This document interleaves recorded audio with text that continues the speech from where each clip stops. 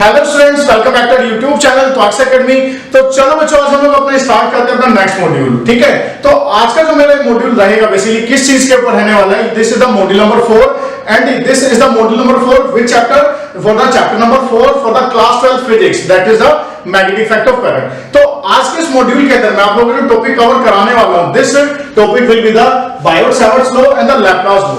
Actually देखो, यहां पर मैग्नेटिक फील्ड के अंदर हमारे दो मेन टॉपिक हैं आप लोगों के to find out the value of the magnetic field. जिस तरीके से हमने अपना इलेक्ट्रिसिटी के अंदर फाइंड आउट करी थी हमने इलेक्ट्रिक फील्ड की values for the different charge configuration के लिए। तो यहां पर हमारे पास इस चैप्टर के अंदर बेसिकली दो मेथड है या दो लॉज है जिनकी हेल्प से हम लोग अपना क्या फाइंड आउट करते हैं, मैग्नेटिक फील्ड की वैल्यू फाइंड आउट करेंगे for the different type of configurations for the charge carrying conductors. तो वीडियो आगे कंटिन्यू करने से पहले मैं एक चीज आप सभी लोगों से कहना चाहूंगा कि अभी तक अगर आप लोगों ने हमारा चैनल सब्सक्राइब नहीं करा तो आप लोग हमारा चैनल सब्सक्राइब कर दीजिए। ठीक है, और साथ में उसके साथ में जो नोटिफिकेशन का बेल आइकन है उसको आप लोग जरूर प्रेस करें, क्योंकि जब तक आप लोग अपना बेल आइकन प्रेस नहीं करेंगे तो मेरी जो वीडियोस की नोटिफिकेशन है वो आप लोगों के पास तक नहीं आएगी। और मैं फिर से बता दूं आप लोगों को कि मैं यहां पर अपना 11-12 फिजिक्स के लिए और साथ में 11-12 मैथ्स की भी वीडियोस बहुत जल्दी स्टार्ट करने वाला हूं, 11-12 केमिस्ट्री की वीडियोस बहुत जल्दी स्टार्ट करने वाला हूं एंड साथ में 9-10 की वीडियोस आप लोग देख रहे हैं कि साइंस के लिए मैंने अपडेट कर दी है कुछ, और कुछ अभी काम चल रहा है प्रोसेसिंग के अंदर, तो वो जल्दी आप लोगों को 9-10 science math and for the 11-12 physics chemistry math सभी वीडियोस आप लोगों को मिलने वाली है मेरे चैनल पे। तो जिसके लिए आप लोगों को सिर्फ एक काम करना होगा, छोटा सा, आप लोगों को मेरा चैनल सब्सक्राइब करना होगा, साथ में जो बेल आइकन है उस बेल आइकन को आप लोगों ने प्रेस करना होगा। तो बेसिकली बायोट-सावर्ट्स लॉ कहता क्या है? बायोट-सावर्ट्स लॉ बहुत सिंपल सी चीज है। अभी इससे पहले वाला जो मॉड्यूल नंबर 1, अब देखो मॉड्यूल नंबर 1 क्या है कि अगर आप लोग मेरी ये वीडियो सही से समझना चाहते हैं तो उसके लिए आप लोग करना क्या होगा कि इससे पहले जो इस चैप्टर की वीडियोस मैंने डाली है module 1, module 2, module 3, at least module 1 तो आप लोगों को 100% देखना होगा। जब भी जाके इस चैप्टर इस मॉड्यूल के बारे में आप लोग पूरी नॉलेज ले पाओगे। तो आपने करना क्या है कि पहले आप लोग एक बार मॉड्यूल देख लो, थोड़ा गो थ्रू कर लो, ताकि आप लोग ये जो टॉपिक मैं कराने वाला हूं इसको आप लोग अच्छे से समझ पाओ अपना। ठीक है ना?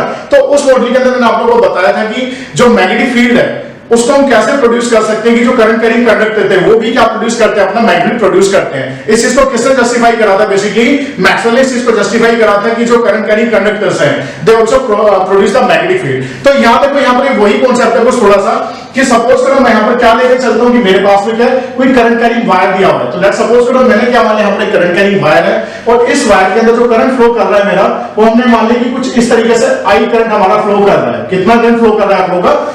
आई करंट बेसिकली फ्लो कर रहा है। तो अब मेरे पास यहां पर क्या दिया है, मेरे पास में यहां पर इस वायर से कितनी किसी पर्टिकुलर डिस्टेंस पर यहां पर एक पॉइंट P दिया हुआ है और मुझे इस पॉइंट P पर क्या निकालना है, इस वायर की वजह से जो मैग्नेट प्रोड्यूस हो गया इस P पॉइंट पर, ये पॉइंट इस P पॉइंट पर मुझे मैग्नेट बेसिकली फाइंड आउट करना है। देखो बच्चों, हम लोग बायोट-सावर्ट्स लॉ की हेल्प से हम किस तरीके से इस पॉइंट P पर अपना मैग्नेट फाइंड आउट करते हैं। ठीक है, तो पहले इसका फॉर्मूला मींस इसकी डायरेक्शन आप लोगों को कराता हूं, स्टेटमेंट क्लियर करा देता हूं। उसके बाद में इसकी बायोट-सावर्ट्स लॉ की आप लोगों को 3 एप्लीकेशन कराऊंगा जो कि आपके सीबीएसई के सिलेबस में इंक्लूड होती हैं। तो उससे पहले आप लोगों को बायोट-सावर्ट्स लॉ अच्छे से समझना होगा। ठीक है ना? तो सपोज करो मैं यहां पर एक छोटा सा एलिमेंट में लेके चलता हूं। क्या लेके चलता हूं? इस वायर का एक छोटा सा एलिमेंट में लेके चल रहा हूं और इस एलिमेंट की जो लेंथ मैंने कंसीडर करी है द लेंथ इज dl। तो कितनी लेंथ में लेके चल रहा हूं बच्चों? अपनी dl लेंथ में लेके चल रहा हूं इस वायर की। ठीक है, तो यहां से देखो यहां पर जो मैग्नेटिक फील्ड रहे इस पॉइंट को मुझे निकालना है।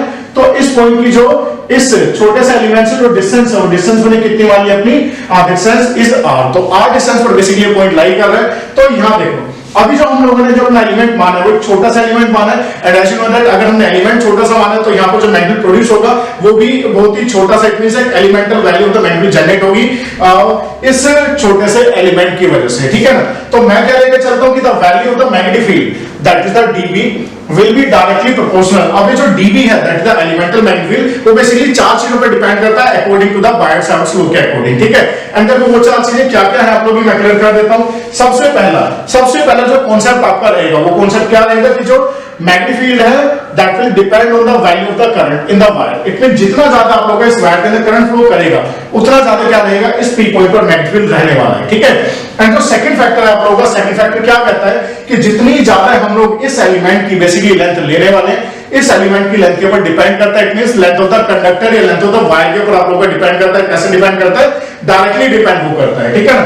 तो जो सेकंड फैक्टर मेरे पास में निकल कर आ रहा है dB is directly proportional to the dl। दो फैक्टर्स हो गए, अब आती है बात थर्ड फैक्टर की। तो थर्ड फैक्टर देखो क्या रहता है, वही सबसे इंपॉर्टेंट फैक्टर आप लोगों का बायोट-सावर्ट्स लॉ के रिगार्डिंग, एंड वो फैक्टर आप लोगों का ये एंगल। बेसिकली हमने करना क्या होता है कि जो हम एलिमेंट अपना एज्यूम करते हैं ऑन द वायर के ऊपर, एंड जिस पॉइंट पर हम लोगों ने मैग्नीफिक निकाला है, तो उस पॉइंट के रेडियस फैक्टर और जो लेंथ ऑफ फैक्टर के बीच में जो एंगल बनेगा आप लोगों का, तो उस एंगल को हम लोग थीटा से यहां पर रिप्रेजेंट करेंगे, और इस थीटा के कौन से फंक्शन, साइन फंक्शन के साथ में ये डायरेक्टली डिपेंड करता है मैग्नीफिक की वैल्यू, ठीक है। तो जो थर्ड फैक्टर आप लोगों का that is the dB will be directly proportional to the sin theta. तो तीन फैक्टर्स यहां पर मेरे पास आ चुके हैं। अब सबसे लास्ट और सबसे मेन सबसे बेसिक फैक्टर आप लोगों का that is the this distance. And यहां देखो, अगर मैं इस P पॉइंट को इस वायर से दूर लेके जाता हूं तो मैग्नीफिक की वैल्यू ऑब्वियसली बात है डिक्रीज करेगी, and as you know that कि magnific is also a conservative force, and जितने भी कंजर्वेटिव फोर्स होते हैं डिस्टेंस बढ़ने के साथ साथ उनकी वैल्यू क्या होती है, डिक्रीज होती है। तो देखो यहां पर जो थर्ड जो फोर्थ जो फैक्टर रहेगा dB is also directly proportional to the square of the distance between that. अब देखो इसका क्यों है, जैसे कि मैंने भी आप लोगों को बताया, this is the conservative force and this is the magnetic force is a conservative force and the magnetic field is a conservative field, ठीक है। तो जितने भी कंजर्वेटिव फील्ड्स के थ्रू जितने फोर्स जनरेट होते हैं that will depend on the that follow the inverse square rule. तो इसी वजह से अपना r स्क्वायर के साथ में क्या बना रहा है, अपना इनवर्स रिलेशन अपना बना रहा है वो, ठीक है ना। तो अगर अब मैं इन चारों फैक्टर्स को कंबाइन करता हूं, तो इन चारों फैक्टर्स को कंबाइन करने के बाद में क्या आता है कि जो dB की जो वैल्यू रहेगी दैट विल बी डिपेंड या that is directly proportional to the I dl sin theta divided by r square। तो this is the basic combined formula through these four values, ठीक है। तो अब देखो यहां पर हमने अपना काम आगे कैसे प्रोसीड करना है। अब यहां देखो यहां पर जो dB की वैल्यू डिपेंड कर रही है, डायरेक्टली डिपेंड कर रही है इस पूरे इन चारों फैक्टर्स के ऊपर में, ठीक है ना। तो अब यहां पर मैं क्या पुट करूंगा, अपने कांस्टेंट पर मैं पुट अप करूंगा, and that constant will be the k that the proportionality constant, and the value will be the I dl sin theta divided by r square, ठीक है। तो देखो बच्चों जो प्रोपोर्शनलिटी कांस्टेंट है k, ये एक्चुअली में दो चीजों के ऊपर डिपेंड करता है। वो दो चीजें कौन-कौन सी हैं एक्चुअली में, जो उनमें से एक है आप लोगों का वो है that the system of unit की जो k की वैल्यू वो डिपेंड करती है आप लोगों की सिस्टम ऑफ यूनिट्स के ऊपर, एंड साथ में जो सेकंड फैक्टर रहेगा आप लोगों का वो रहेगा अपना क्या, कि इट मींस इस पॉइंट से और इस वायर के बीच में जो यहां पर मीडियम एग्जिस्ट कर रहा है उस मीडियम के नेचर के ऊपर डिपेंड कर रहा है। तो अभी मैं यहां पर क्या लेके चल रहा हूं कि यहां पर जो मीडियम एग्जिस्ट कर रहा है दैट इज सिंपली एयर, यहां पर मीडियम एग्जिस्ट कर रहा है। तो देखो k की जो वैल्यू रहती है, देखो किस तरीके से डिफाइन करूंगा मैं k की वैल्यूज को, कि हमारे पास में मेनली दो सिस्टम ऑफ यूनिट्स होते हैं, अपना MKS और दूसरा आता है आप लोगों का दैट द CGS। तो MKS सिस्टम के अंदर जो इसकी k की वैल्यू रहने वाली है that is the mu naught upon 4 पाई, ये वैल्यू रहेगी हमारे पास में, एंड CGS सिस्टम में k की वैल्यू किसके इक्वल रहेगी आप लोगों की, सिंपली इक्वल टू 1 आपकी रहेगी, ठीक है। अब ये जो म्यू नॉट है, एक्चुअली इस म्यू नॉट का मतलब क्या है, तो this is called the absolute magnetic, this is called the absolute magnetic permeability. तो क्या रहने वाला बेटा इसका नाम, that the absolute magnetic permeability. अब देखो एक्चुअली में ये मैग्नेटिक परमेबिलिटी क्या टर्म है, एक द सिमिलर टर्म जैसे आप लोगों ने इलेक्ट्रिसिटी के अंदर पढ़ा हुआ है अपना that the epsilon value, epsilon note value, ये सिमिलर बेटा वैसे ही आप लोगों का एप्सिलॉन नोट क्या था आप लोगों का, that was the absolute electrical permittivity, and ये क्या आप लोगों का mu naught is the magnetic permeability for the space और वैक्यूम के लिए हम स्पेशली म्यू नॉट हम लोग यूज करते हैं। तो this mu naught is called the absolute magnetic permeability, जो किसके लिए डिफाइन होगी, स्पेशली फॉर एयर के लिए होगी अपना डिफाइन, या फिर अपना वैक्यूम के लिए हम लोग बेसिकली इसको डिफाइन करते हैं अपना, जिस मैनर में हम लोगों ने अपना एब्सोल्यूट इलेक्ट्रिकल परमिटिविटी को डिफाइन करता है इलेक्ट्रिसिटी के अंदर, सेम वैसे आप लोगों ने इसको भी ध्यान रखना है अपना, ठीक है। तो मैं एक चीज बता देता हूं कि जो म्यू नॉट की वैल्यू रहेगी आप लोगों की फॉर द एयर या वैक्यूम के लिए क्या वैल्यू रहती है आपकी, this is the accurate value 4 pi into 10⁻⁷। तो दिस इज द वैल्यू। तो देखो बच्चों अभी यहां पर मैंने इसके लिए कोई भी अपनी यूनिट्स अपनी यूज नहीं करी है, तो देखो इसकी मैं पहले आप लोगों को यूनिट्स एंड इसकी डायमेंशन निकाली आप लोगों को बताता हूं, क्योंकि इस म्यू नॉट टर्म की जो यूनिट्स एंड डायमेंशन है ये बहुत ही ज्यादा इंपॉर्टेंट है, ठीक है ना। तो देखो मैं अभी मैं इस फॉर्मूले को यहां पर यूज करूं, उसके बाद में इसकी यूनिट एंड डायमेंशन निकालनी आप लोगों को बताता हूं।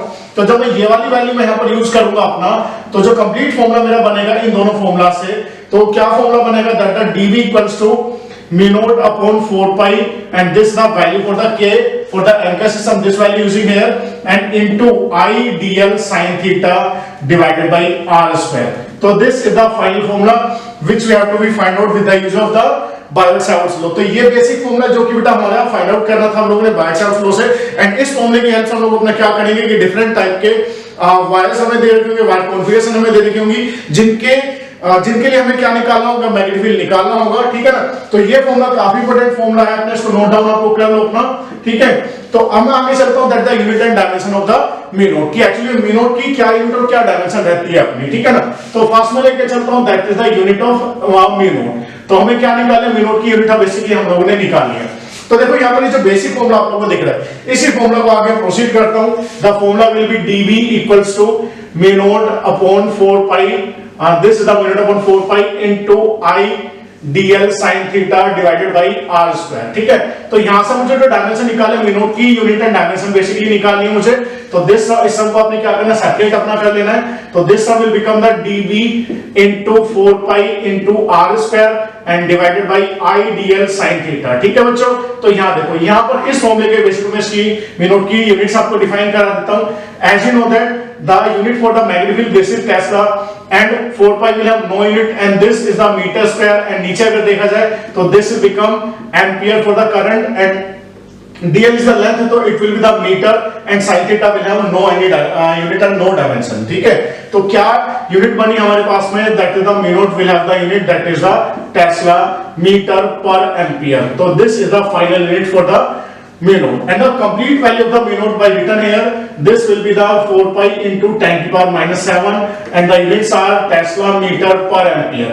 तो ये बनी बच्चों हमारे पास में complete value with units for the mu not के लिए, एंड किसके लिए, अपना फॉर एयर या फिर स्पेस या फिर फॉर द वैक्यूम के लिए हमारे पास ये प्रॉपर वैल्यू बनकर आती है। तो बच्चों मैं यहीं पर आपको इसकी डायमेंशन भी निकाल के बता देता हूं। मैं इसी वाले कांसेप्ट को यूज करता हूं, this are the unit for the mu naught. तो इन्हीं यूनिट की हेल्प से मैं म्यू नॉट की डायमेंशन भी निकालना आपको बता देता हूं, किस तरीके से आप लोगों ने इसकी डायमेंशन को सोल्व करना है।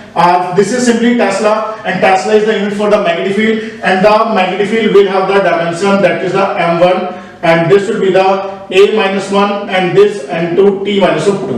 and further जब आगे चलते तो यहाँ पर क्या, metre is for the length, तो length will have the dimension, that is l into this is the ampere minus 1। तो these are the dimension, complete dimension मैं यहाँ पर सोल्व करके दिखाता हूँ आप लोग क्या डायमेंशन आने वाली है। this will be m1 L1 and this will be t minus 2 and the a minus 2।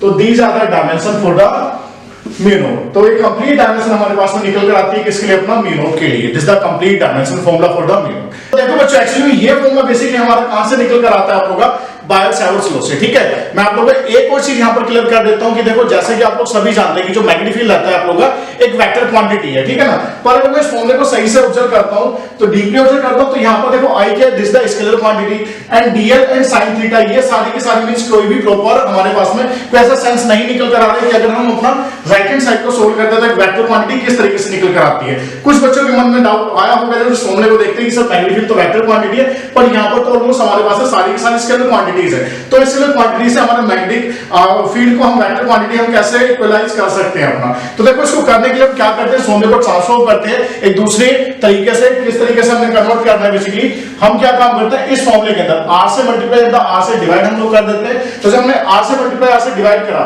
तो ये फॉर्मूला आप लोग कुछ इस तरीके से कन्वर्ट होगा, mu naught upon 4 pi into I dl r sin theta. अब यहां देखो, और नीचे क्या बना आप लोगों का, नीचे बन गया आप लोगों का r क्यूब। हमें पता है कि जो करंट है, this is completely the scalar quantity, वो कभी आप लोगों का वेक्टर हो नहीं सकता।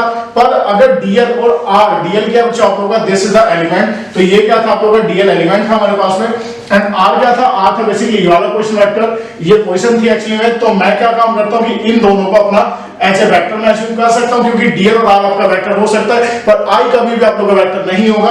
तो जब मैं इस फॉर्मूले को कन्वर्ट करूंगा वेक्टर फॉर्म के अंदर, तो किस तरीके से मैं लिख सकता हूं इसको, this is the mu naught upon 4 pi and into I dl cross of r and divided by the r cube। तो this is the formula of the magnetic field according to the Biot Savart's law in the vector form. तो ये formula आप लोग का vector form को represent करता है बायोट-सावर्ट्'स law की, ठीक है।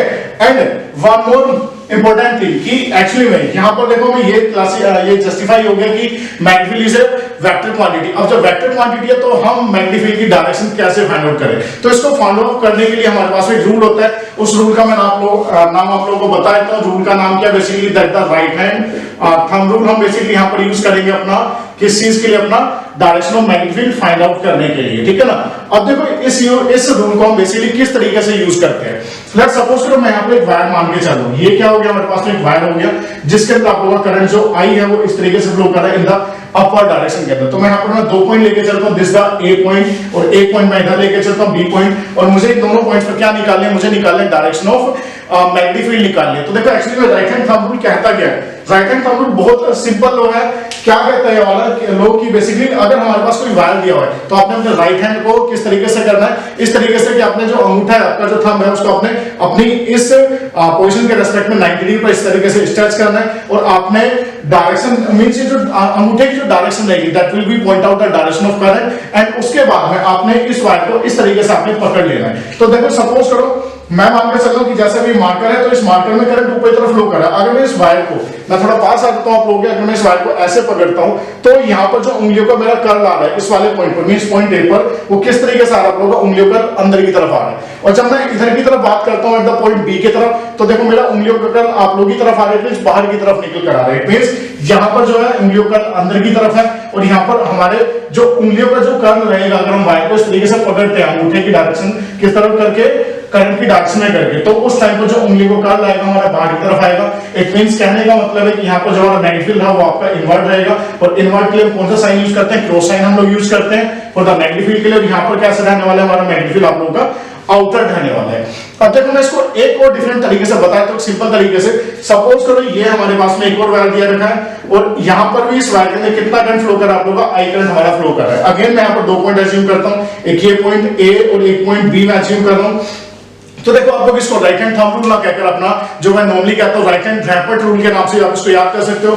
हमारा जो चार्टा होता है हम इसको चार्टा बोलते हैं सिंपली। तो आपने करना क्या है कि अपने अंगूठे को फिर से अपने इस तरह 90 डिग्री पर लेके चलना है, और आपने अपनी हथेली में जिसको आप लोग चार्टा बोलते हो उसका फेस देखना है कि एक्चुअली में वो किधर की तरफ है, ठीक है। तो अगर सपोज करो मैं इस ए पॉइंट पर निकालता हूं, तो मैं जब डायरेक्शन देता हूं अंगूठे को करंट की तरफ, तो जो मेरी हथेली है वो किधर आ रही है, जो मेरा चार्टा है वो किधर आ रहा है, अपना बाहर की तरफ आ रहा है। तो इट मींस जो मेरा ए पॉइंट पर जो मैग्नेटिक फील्ड रहने वाला है ऊपर की तरफ वो कैसे रहने वाला है, मींस बाहर की तरफ। तो बाहर की तरफ जब आउटवर्ड मैग्नेटिक फील्ड रहेगा तो मैं क्या साइन यूज करूंगा, अपना डॉट में यूज करूंगा, ठीक है। और जब मैं नीचे वाले पॉइंट की तरफ जाता हूं तो नीचे वाले पॉइंट को मैं जब अंगूठे को डायरेक्शन देता हूं in the direction of current, तो उस टाइम पर जो मेरी हथेली है हथेली किधर आ रही है, अंदर की तरफ। तो इट मींस यहां पर जो हमारा मैग्नेटिक फील्ड रहेगा वो कैसा रहेगा आप लोगों का, इनवर्ट रहेगा, ठीक है ना। ये मैंने जनरल रूल बनाया है अपना राइट हैंड रैपर्ट रूल के अकॉर्डिंग, ठीक है। तो जिसके अकॉर्डिंग बड़ा आराम से अपना क्या फाइंड आउट कर सकते हैं, डायरेक्शन ऑफ मैग्नेटिक फील्ड आप लोग अपना फाइंड आउट कर सकते हैं, ठीक है।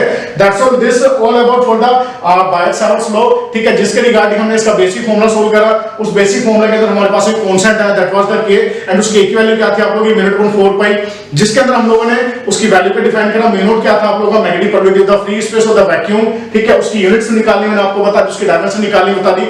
एंड जो बायोट-सावर्ट्स लॉ के अकॉर्डिंग जो बेसिक फार्मूला आया था उसका वेक्टर ट्रांसफॉर्मेशन मैंने बता दिया, साथ में उसकी हेल्प से हम लोग अपना कैसे डायरेक्शन हम बेसिकली फाइंड आउट करते हैं, ठीक है। And one more last thing छोटी सी, वो क्या चीज है कि बेसिकली आप लोग ये फार्मूला देख लो, ये जो फार्मूला है अपना ये किस फॉर्म में दिया, बेसिकली ये डिफरेंशियल फॉर्म में। इट मींस यहां पर जो हम एलिमेंट मान छोटा सा एलिमेंट हम लोगों ने अज्यूम कर रहे हैं, पर अगर हमने इस पूरे वायर के वजह से क्या निकालना है अपना, बेसिकली पूरा कंप्लीट मैग्नेटिक फील्ड निकालना है। तो पूरा कंप्लीट मैग्नेटिक फील्ड हम लोग किस तरीके से निकालेंगे अपना, सिंपली आपने करना क्या कि ये जो वैल्यू है इसको आपने सिंपली इंटीग्रेट कर देना फॉर द कंप्लीट लूप के लिए या फिर अपना कंप्लीट साइकिल के लिए आप लोगों ने इसको इंटीग्रेट कर देना। तो जब आप लोग इसको इंटीग्रेट करोगे तो जो कंप्लीट वैल्यू रहेगी that will become a complete value for the magnetic field, ठीक है। सिंपली क्या करना, फिर से सुन लो आप लोग, इस वैल्यू को आपने इंटीग्रेट कर देना ऑन द बोथ साइड, तो आपका क्या आ जाएगा, कंप्लीट मैग्नेटिक फील्ड का फॉर्मूला आ जाएगा थ्रू दिस वायर। कितने से वायर कितना मैग्नेटिक जनरेट कराने वाला है इस वाले पॉइंट पी पर, एंड इन्हीं सब को मैं एक्सप्लेन करूंगा अपने जो इसकी एप्लीकेशन रहेगी। तो स्टार्ट करते हैं अपना application of the Biot Savart's law.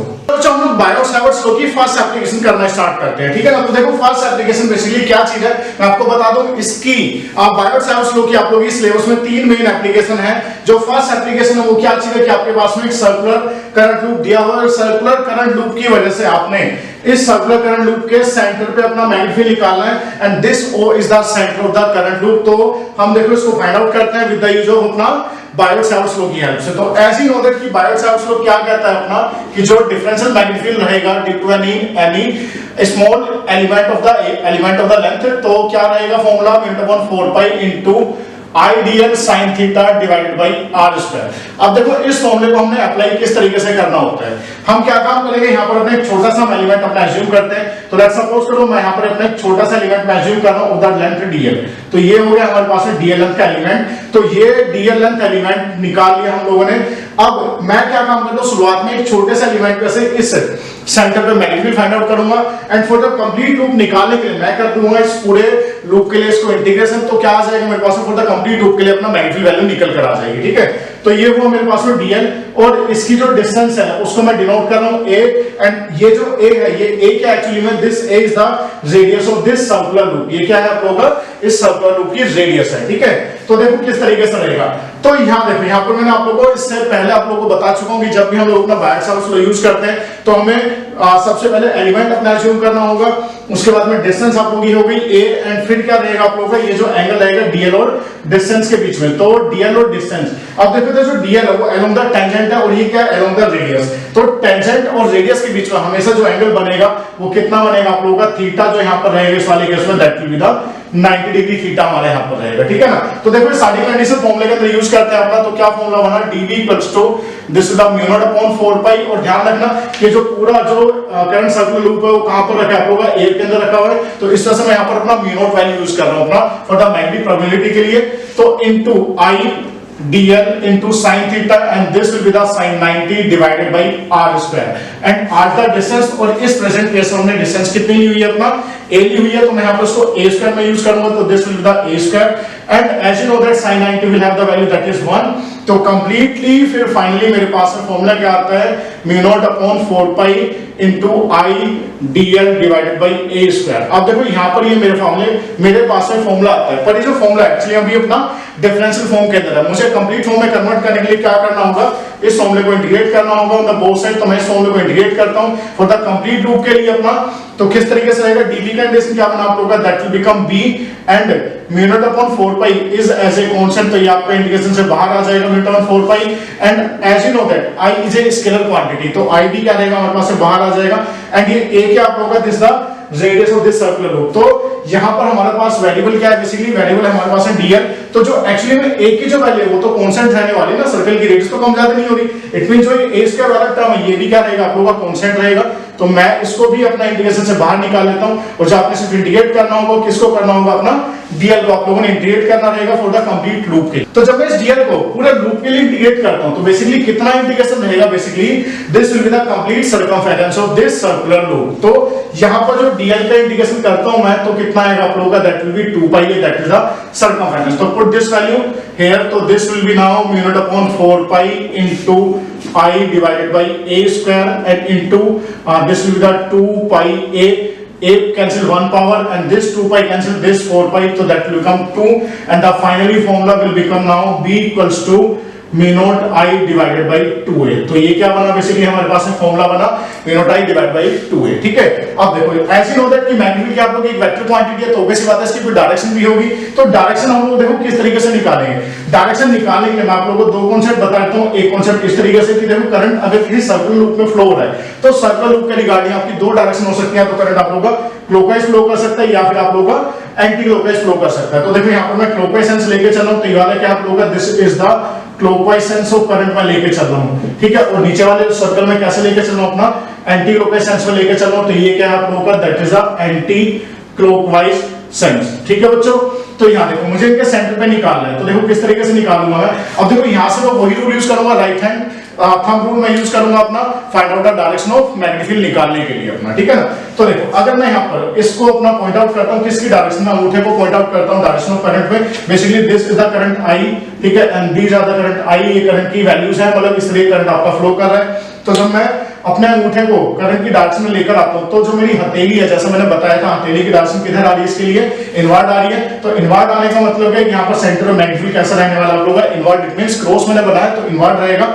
और यहाँ पर देखो अगर मैं इसको पॉइंट आउट करता हूँ, यहाँ पर जो इस वाले पॉइंट के रिगार्डिंग अपने अंगूठे की डायरेक्शन बनाता हूँ करंट की डायरेक्शन में, तो किधर आ रही है मेरी हथेली, बाहर की तरफ आ रही है। तो बाहर की तरफ आने का मतलब क्या है, इसका सेंटर जो मैग्नेटिक फील्ड रहेगा आप लोगों को क्या रहेगा, बाहर की तरफ रहेगा मैग्नेटिक फील्ड। तो ध्यान रखना अगर हमारे पास में कोई सर्कुलर लूप दे रखा है उसके अंदर करंट आप लोग क्लॉकवाइज फ्लो कर रहे हैं तो वहां पर जो मैग्नेटिक फील्ड की डायरेक्शन रहेगी आप लोगों की वो कैसी रहेगी आप लोगों की, that will be the inward रहेगी, और for the clockwise anti clockwise के लिए क्या रहेगी आप लोगों की, दैट इज द आउटवर्ड रहने वाली है। ठीक है, अब एक छोटा सा चेंज और हम लोग यहाँ इस फॉर्मूले के अंदर कर सकते हैं कि अगर सपोज करो यहाँ पर तो हम लोगों ने क्या माना, सिर्फ अपना एक सिंगल करंट लूप माना हुआ है। ठीक है ना, अगर मैं यहाँ पर अपना और कई सारे अपना करंट लूप में एज्यूम कर लेता हूँ, लेट्स सपोज करो यहाँ पर मेरे पास में n नंबर ऑफ टर्न्स दिए हुए हैं, तो अब इस टाइम पर ये फॉर्मूला किस तरीके से कन्वर्ट होगा, तो जो फॉर्मूला है फॉर द सिंगल लूप के लिए क्या फॉर्मूला था आप लोगों का, that is mu naught I divided by 2a।